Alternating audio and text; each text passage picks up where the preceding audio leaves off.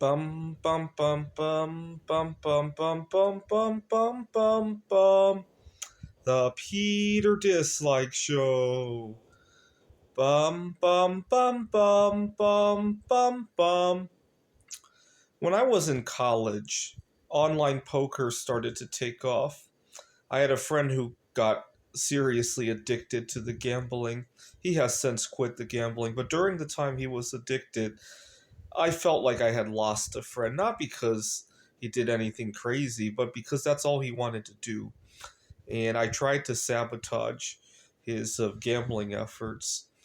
So one day I told him that I was going to break into his account and steal his money. And a few weeks later, something happened, and he accused me. What did I do to his internet connection? He couldn't log on, he certainly couldn't gamble, and he started telling all his friends that I had broken into his account. And later that day, he figured out that he had forgotten to pay his internet bill, probably because he was so hooked on his gambling. That's all he thought about. And he, long story short, 20 years later, all of his friends still feel that, still remember that I tried to break into his online gambling. He never set the record straight with anybody. It was very upsetting, all because of his. I really shouldn't have tried to intervene the way that I did, but it was still very upsetting.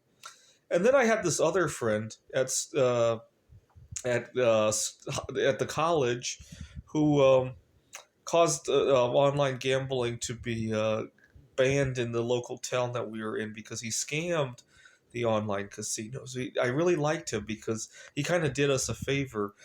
You got to remember, at the time, I felt like I had lost a lot of my close friends because all they wanted to do was gamble, and that's just not my scene. And so when somebody left my social circle to go gamble, it felt like I had lost a friend.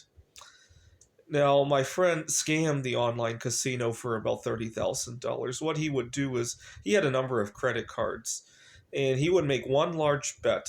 I'm not sure what game would allow you to do that. I would imagine roulette's probably the best game to do this in.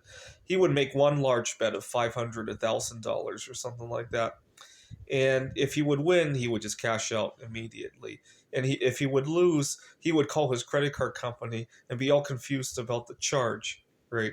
So at the time, online gambling was kind of borderline illegal. So on the credit card statement, it wouldn't say so and so casino.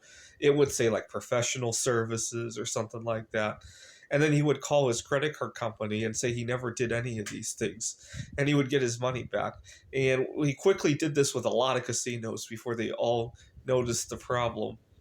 And so any IP address within a 50-mile radius of where we were living got completely banned from the online casinos. I really loved him when he caused that to happen because it finally forced everyone out of that, snapped everybody out of it. And that was really nice. And I think we need another round of that. And I encourage it. I don't know if it's still possible because now that gambling is legal, but if it is, I encourage you to please do this nowadays to just take away the power of these online betting. Everybody's betting on. It's so insane. You can't walk down the street and not hear that somebody's betting on a sports game, somebody's betting on the weather, the election, or any number of events, right? Somebody's betting on how many turkeys are going to be consumed on Thanksgiving Day. It's just insanity. And maybe taking a few $1,000s from the casino each is probably even less insane than that nowadays, and it will put some sense into the whole thing. This is the Peter Dislike Show. Bum bum bum bum bum bum bum bum bum bum bum bum. The Peter Dislike Show.